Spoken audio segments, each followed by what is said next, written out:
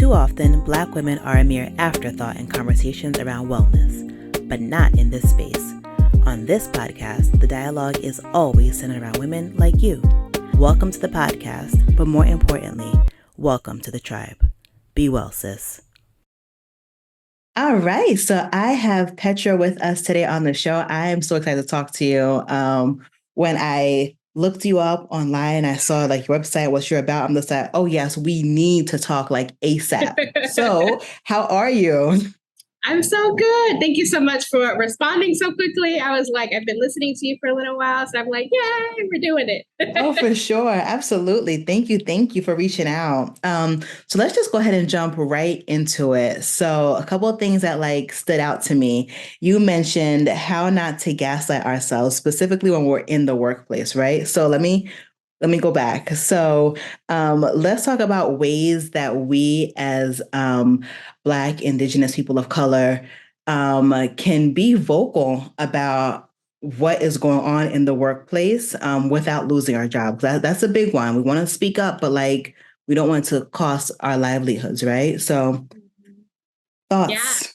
Yeah, for sure. So I think the big piece is really just around like how can we meet the moment? And I think that there are moments while we're working that we're like it might be in our spirit that we're like, that doesn't seem right, or we know from prior experience we're like, I don't know about this thing. And so for me, I'm always like, what are we doing during those moments, right? And for some of us, we may be like, that's real funky, but I don't know what to say, or I don't know if I should say something. And so hopefully I can offer some places to start, right? That this might not be the end all, but like here's some places to start, right? And so during one of those moments, I'm thinking about like, let's say there might have been a decision that was made, right? And maybe it's something that people have wanted for a long time, right? But it still didn't happen, but maybe there's a piece of that needed to happen in order to make it possible. And so I always like to ask the question, like, what made this decision possible? Right? Mm-hmm. Because there might be things that we want to happen or things that we have been trying to ask for a long time. I'm thinking about like my background is in nonprofits. And so something that we always fought for was like, oh, how do we get some compensation for our interns, right? Which is like a taboo subject where like interns don't get paid. But I was like, that's not right. They're doing so much labor. They should be paid for that labor, right? Like all of us. Yeah. And so when that decision changed, for me, I was like, we brought data to the table. We had talked and organized with other people around this decision. And it wasn't until the board was on board that decision happened, right? And so I think when you ask the question, like, what made this decision possible, really coming from that place of curiosity, then you can see like, okay, if I want something to change, what is all the different pieces in the formula that need to be present so that it can change? That's a good point. You know, I didn't learn that until a little bit later on in corporate life, learning all the different stakeholders that go into one little decision. So figuring out who all the stakeholders are and the reasoning behind it can help you form your own better argument to support your case for whatever you want. Really good point. Yeah, for sure. And it might be that it's people, it might be information, and it also just might be something you haven't even dawned about, right? But I think it's just like us being more upfront and thinking about like, well, what's happening behind the scenes, right? That I think that part of it is that there's a lot of stuff happening behind the scenes, and particularly if you're of a marginalized identity, you may not be in those rooms, you may not be part of that decision making. And so when that decision comes forward, one of the things that you can say is like, how did we get to this decision, right? Mm-hmm.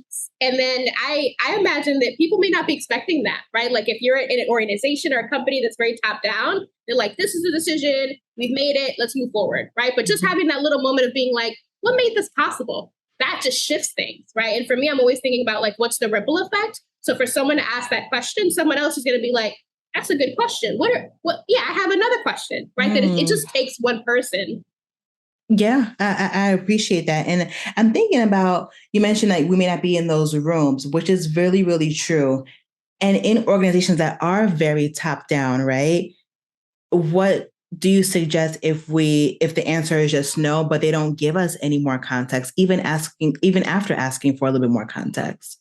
Mm-hmm. Yeah. So I think that kind of goes, I'm thinking about like, what are some strategies to make change? And one thing that I've learned as someone who's like, I'm a natural disruptor. Like, I just know I'm like, I'm here to shake things up. I'm here to make good trouble. And this may or may not be some of your listeners, right? And so it's okay if you're not, but if you are, right, that the important thing that I've learned is that you need a squad, right? And that's really the piece about again, that helps you not to get fired. That it's very easy if you become the problem, quote unquote, problem person. But it's much harder if you're like, this group of people have demonstrated that this thing would be helpful, right? Or that this idea should be implemented or this product should be implemented. But it's a group of people. Like, it will look really wild for people to like fire 10 people off the job. Right. And so really it's like getting around. And so I think it's one strategy is like, if you feel moved enough, resourced enough to ask that question and kind of put it out there and you're not afraid of repercussions, that's one way. And I think another way that I really like want to lean on with folks that I work with is like, well, how are you strategizing with people, right? And so how are you building the kind of relationships that when you know, like, we live in the world, there's going to be racism and white supremacy and and all this other stuff, right? That's like, but how are you getting your squad ready for like when those moments happen? Let's not act like they're not going to happen, and instead be prepared for them, right? So it's like, who's going to say something? Do we know how to say something? Like, who has had experience with this? What have people tried before, right? So really starting those kind of conversations so that when the moment does happen, you're not the only one that's like saying something, particularly if you're of a marginalized identity, which we normally are, right? We're the ones that are like, that's not right, because we know what that's like. But it's like, how do we get our colleagues to do that? And so for me, it's really about like, what are the kind of relationships that you're building, right? Not just like, oh yeah, I talked to Susie on Monday and we talk about the weekend, but like, Susie, have you been gaslighted at work before? Like, do you know what that's like? Like, that's what I'm experiencing, you know? So talk to me about if we are, let's say, the only Black women, the only Latina in the room, right? How do we find that squad? How do we vet people essentially? Because for me, I know one of the things that have been, I guess, a downfall for me has been I'm the only one in the room and I immediately close off a little bit because I feel like you just don't get it. You don't get me, right? So I put up that wall without even getting to know people. So how do you propose that we form our squad and vet people? Yeah, I love that question. I was just talking to my friend earlier about this course that we're doing around how her and I kind of grew up saying that like we don't like people, right? And that is like a protective barrier. And like, I'm a social worker, I'm an organizer, I'm here for liberation and freedom. And that was the thing that I believed, that I was like, but I don't like people though.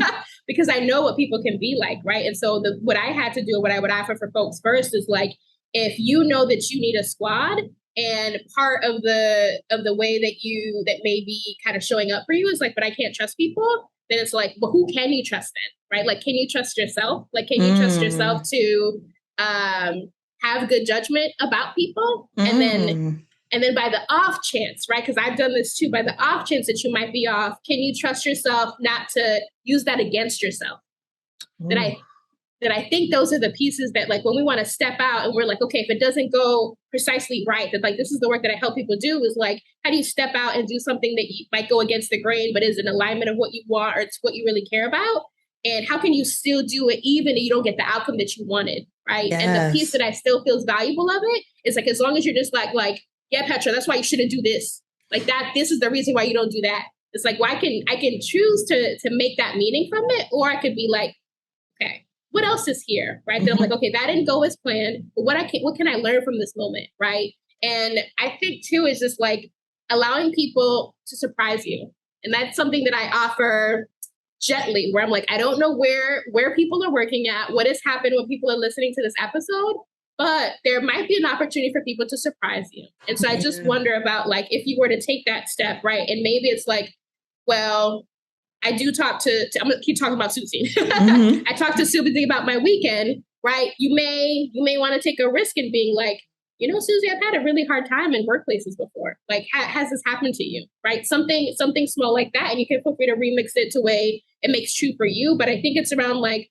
can we trust ourselves to be vulnerable, to potentially be able to connect with someone so that we can work towards being able to have each other's back in a kind of way. And I'm like, I think we do this with friendships and we're good at it, right? Because we're like, oh yeah, you my girl, right? But it's like, well, how can you be my work girl in a kind of way, right? Or how can I extend trust in that kind of way? And I think it's much easier when you can trust yourself. Yeah. Ooh, that one's a heavy one. Just because, you know, there may have been situations where, you know, we've made mistakes, right? This part of being human. And in making mistakes, I find that I focus on the mistakes that I've made, not necessarily on the good things that have happened, right? So in focusing on what I've done wrong, I start to trust my intuition less and less, right?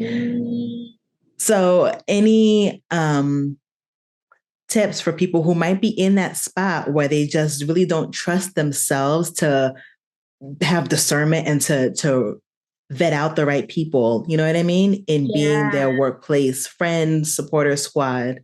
Yeah, I always like to, as someone who's like I identify as a radical social worker, which radical means to getting at the root, right? That while we're talking about in a workplace for a marginalized individual, Black or brown, woman, non-binary, whoever this person is, that I always like to think about like, what's the structure at play? That I think that when we add like, what's the system or the structure at play that benefits from whatever we're thinking of, I think it just adds a different air to it, right? And so while I may internalize that I don't have good judgment or don't make good decisions, I always think about like, who benefits from this thought, right? That like white supremacy would love it if we didn't believe in our decision making, in our intuition, even intuition, right? That like that for some people, it's like, oh, it's not hard facts. I'm like, why do you believe that? But like for us who may have maybe spiritual people, may have a faith, intuition leads us, right? And there's a particular feeling, a particular rumble in our hearts and our souls that leads us.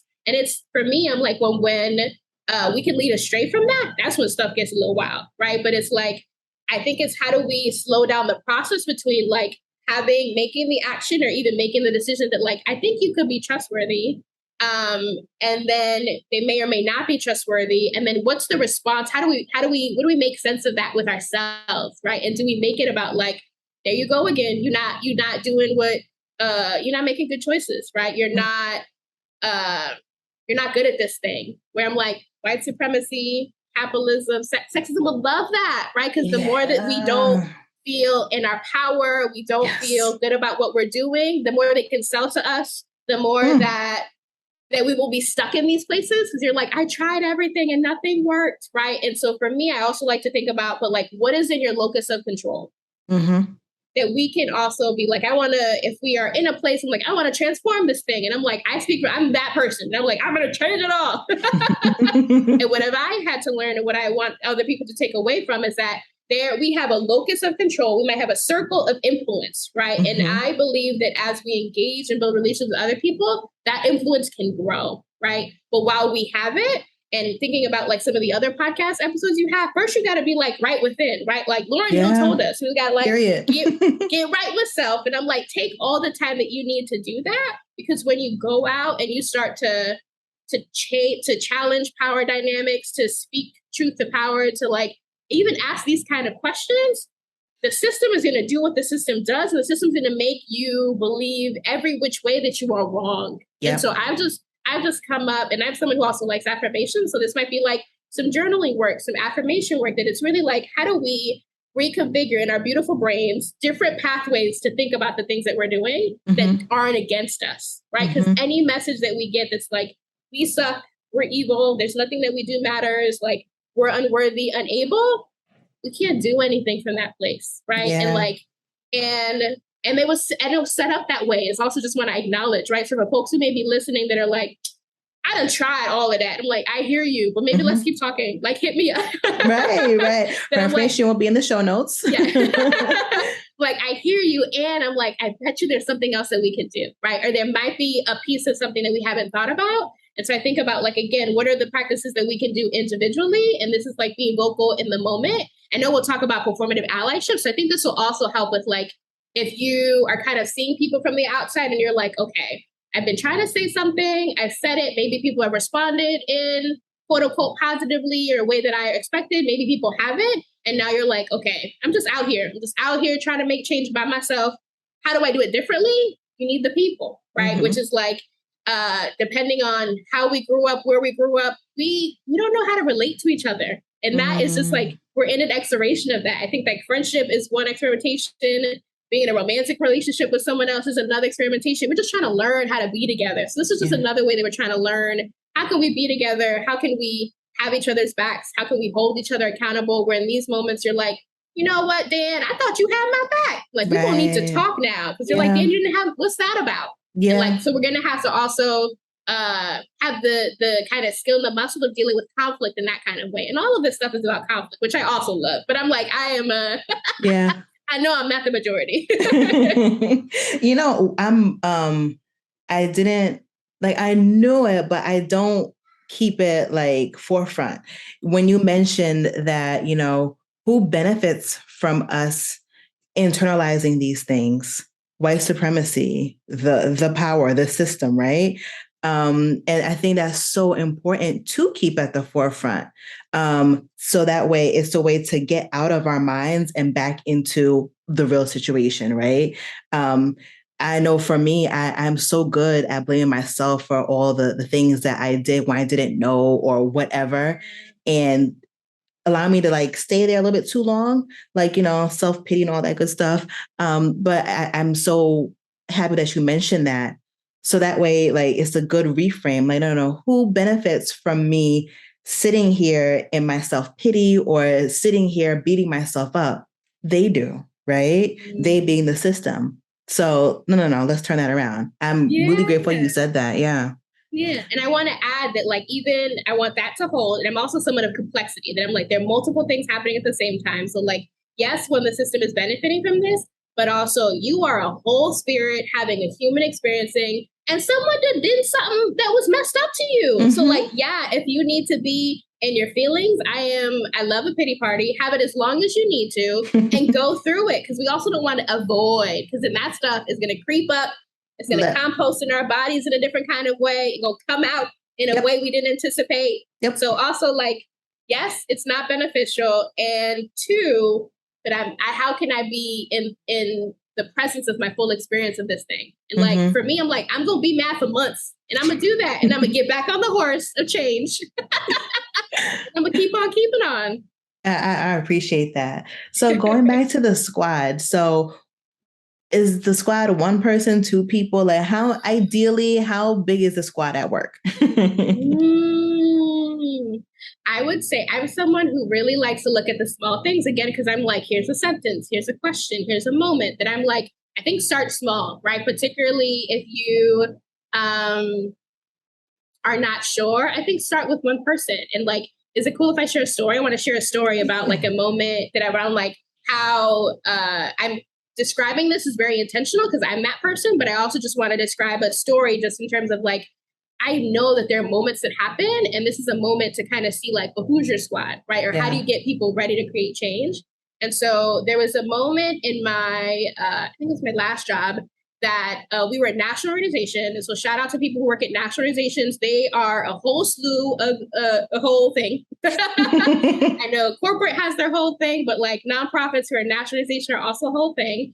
And so part of the whole national thing is that we get together, we got together once a month, and we would say like, okay, how are we doing with this project? And everyone would go around and they do what people do, right? We're like, everything's good, everything's great, everything is as is. But you know, behind the scenes, either because you talk to some people or because you have kind of picked up and you're like, everything is not together, right? But when we get into that meeting, what do? We show face. Yep. Put on a mask, and we're like, everything is great and everything's wonderful, right? And so for me, as someone who like, I'm very invested in my healing work and having a particular relationship with myself that isn't punitive or against myself. And so I was like, I don't have it together, but I will. Right. Because I'm like, I'm not using that again. That doesn't make me have it not together, be a good worker. I'm a good worker. I know that already. Right. But like at this present time, I don't have it, but I will. Right. And so in that moment, my colleagues were like, yeah, we don't have it either. Yeah, I don't know why I said that. And so I was like, we're gonna make a moment of this. And I was like, we all did not have this thing together. We all had questions, or we didn't have our ducks in a row, but I was the only one that said something. Why did that happen? Why are we respectfully like being fake with each other, right? And these are people that I was working with for like 6 months to a year at that point, right? So like, I've known you, we've had like one-on-one conversations. Why are we putting on this facade, right? But it's I think the thing that happens when we get into groups where like no one wants to seem like weak or like weak, deficient, whatever. Yeah, submissive, and we're like, but I'm like, why are we doing this? That to me just didn't make sense. And so we were like, yeah, we're like perpetuating something that we don't want to be doing. Like, we don't have to do that. And so I think we had a conversation about it. And that was like a tough conversation to have, right? Because it's a little bit of a call out, a little bit of a call in, but like I had the relationship to be able to kind of say something like that. And so I also like people saw how I rolled. So they were like, oh, this is very Petra to ask the kind of question and to kind of bring us in further into like, can we pay attention? Because I think there's so many moments that we have that we're just like getting to the next thing, getting to the next thing. And then when something does happen, we're like, oh my God, what do we do with it? And like everything, the whole world is crashing. But like, what if we got into a practice of like, let's slow down. How are we being right now? You know what? I appreciate that, and it made me trigger like a thought, a memory for me. And so when I was working on this one team, I felt like that would happen often, right? Where I was the one who was like, "Let's keep it funky, guys. Like, we do not have it together right now, but we're getting it together to our like superiors, the external stakeholders, right?" And then they would follow suit. And I got tired of, why am I the one who has, I felt like it was extra emotional labor in a way. Like, why am I the one who has to like keep it all the way funky with these people? And amongst ourselves too. How, like, I have the actual task to do, right? Work on this project. And then on top of that, I have this other thing to take care of too. Does that make sense? Am I Yep. just like blabbing? Nope. Yep. And it's like, it's as a woman, as a person of color, I think folks who, if you want to see change, it will likely be additional labor, right? But I'm like, I just want to say that straight out. Cause I'm like, no, people aren't doing that. People will just be wanting to like clock in and clock out. Mm-hmm. But I think if that is not how you want to live your life, it will require you to shift in a kind of way, right? Yeah. So I think it's around like, how can you pay attention to when you are the one that's like, we need to keep it funky. But then you're like, I'm damn tired. I'm like, then take a break.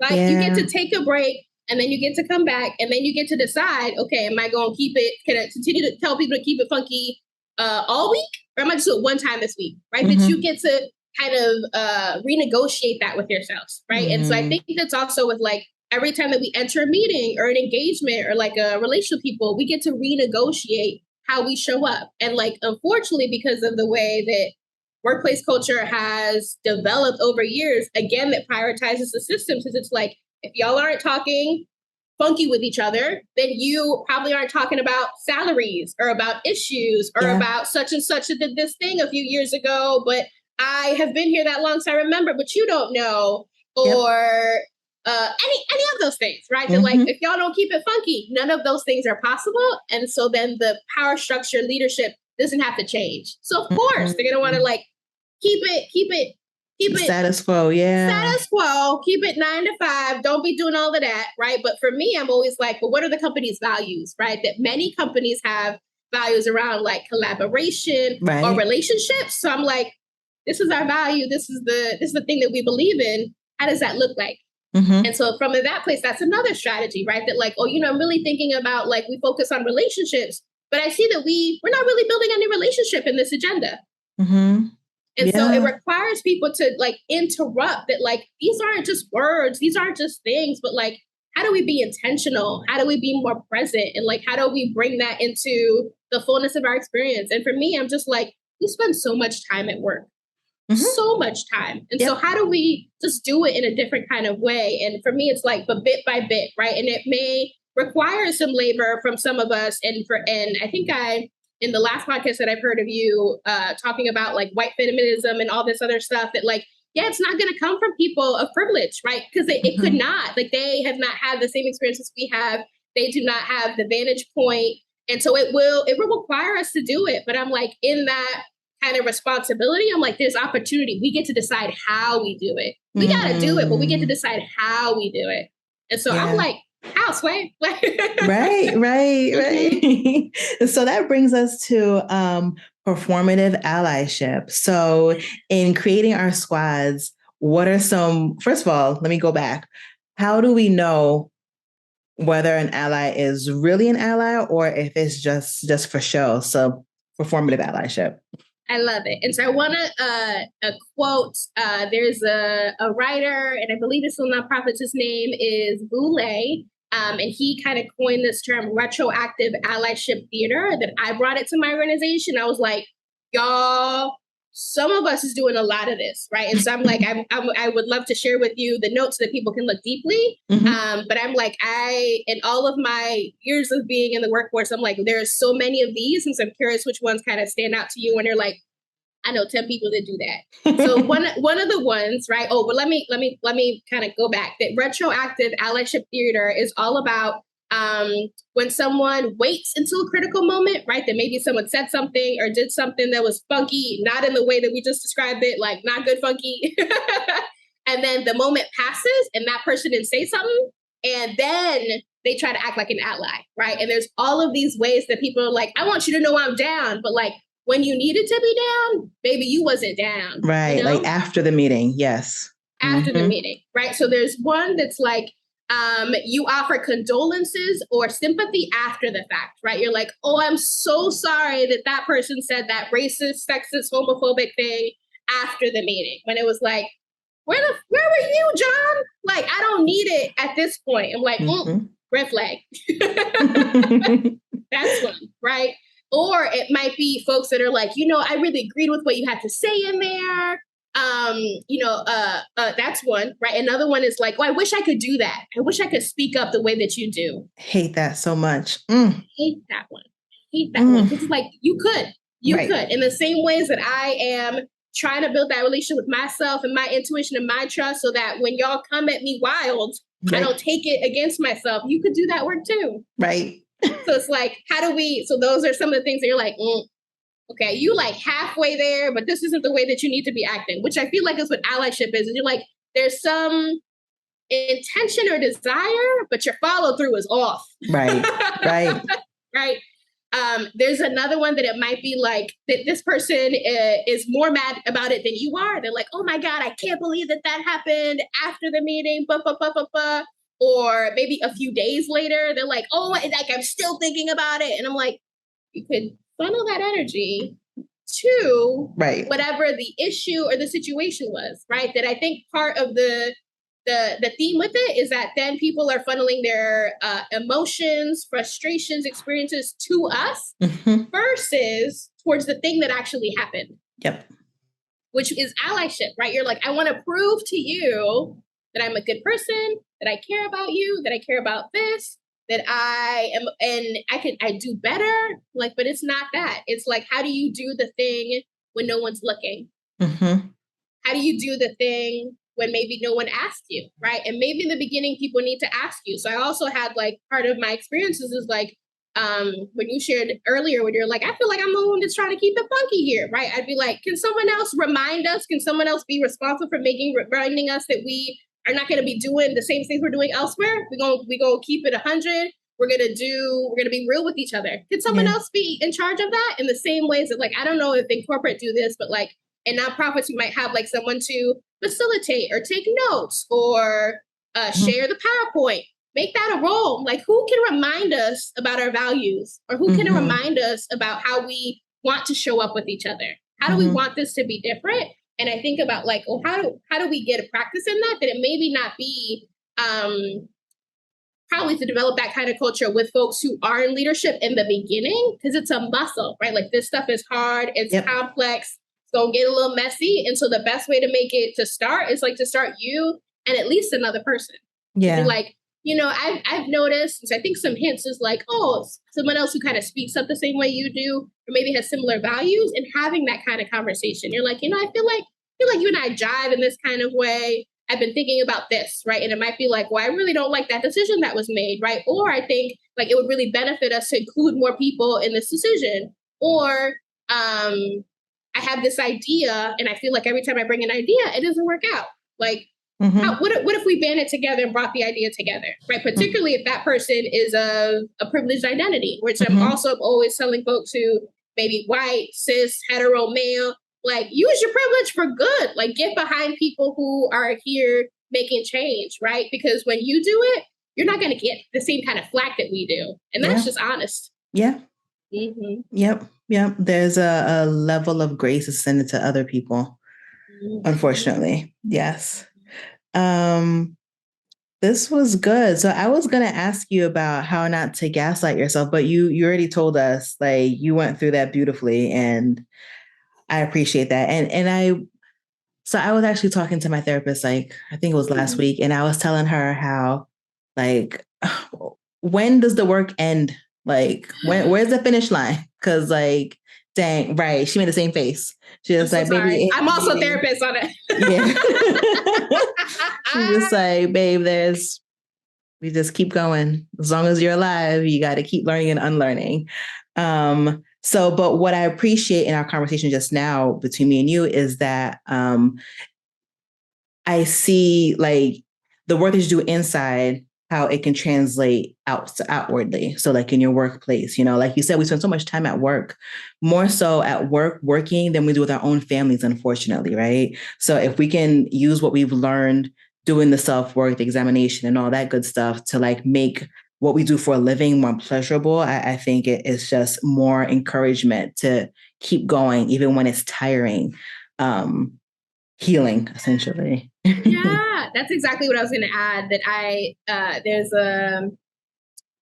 she takes on many roles. Her name is Adrienne Marie Brown, and one thing that she says is that we need more pleasure in I know, right, in our movements and in our social justice. And I think about, like, even like may not be necessarily fun to, like, disrupt someone's language, right, or to call someone in deeper around a conversation. But for me, I just think about, like, how can I make it fun though, right? That I'm like, oh, here's a way that I get to, again, and I'm someone who's always thinking about the status quo, and I'm like, we would love it if we stayed separated, if I allowed them to divide and conquer us, if I allowed them to make me believe that there's nothing I can do. That I'm just like, every day I'm like, how can I make white supremacy angry today? And I'm like, those are the ways. Like, that feels nourishing for me. That I'm like, our ancestors did that, right? Our parents did that in different ways. People that took on and taught us different things, they were like, how can we turn up some good trouble, right? Yeah. And have a good time. And I think the piece around, like,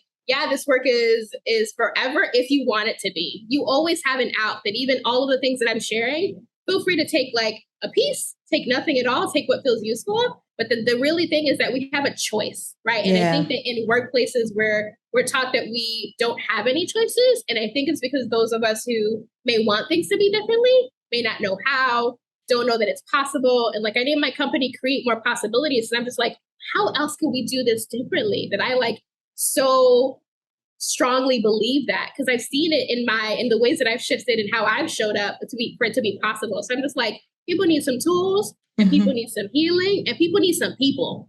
That I think it's also where, like, I could do all the things, right? That I just did a IG live with someone who specializes in the strong Black woman schema. And I'm like, I'm sure you've had episodes on this, but I'm like, that's not helping this situation, right? To be like, I'll do it all.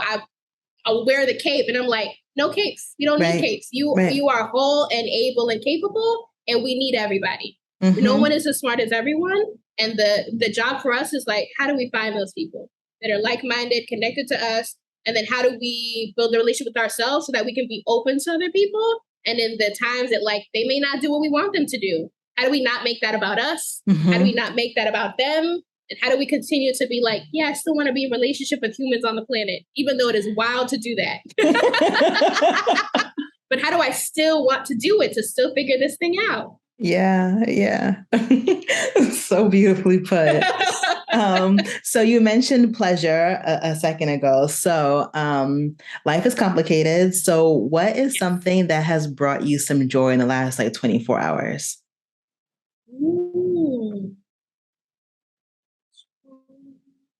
I think I mentioned this earlier, and I also do a shout out because you probably might be connected to or follow similar people. Alexis Pauline Gums, she has a course around Octavia Butler's work, who I love. And so I am doing this course with my friends. Again, y'all, sometimes it's better with people. I'm also an introvert, so I like doing stuff on myself. But I'm doing this course with my friend. And so and I'm dedicating the course around my creativity.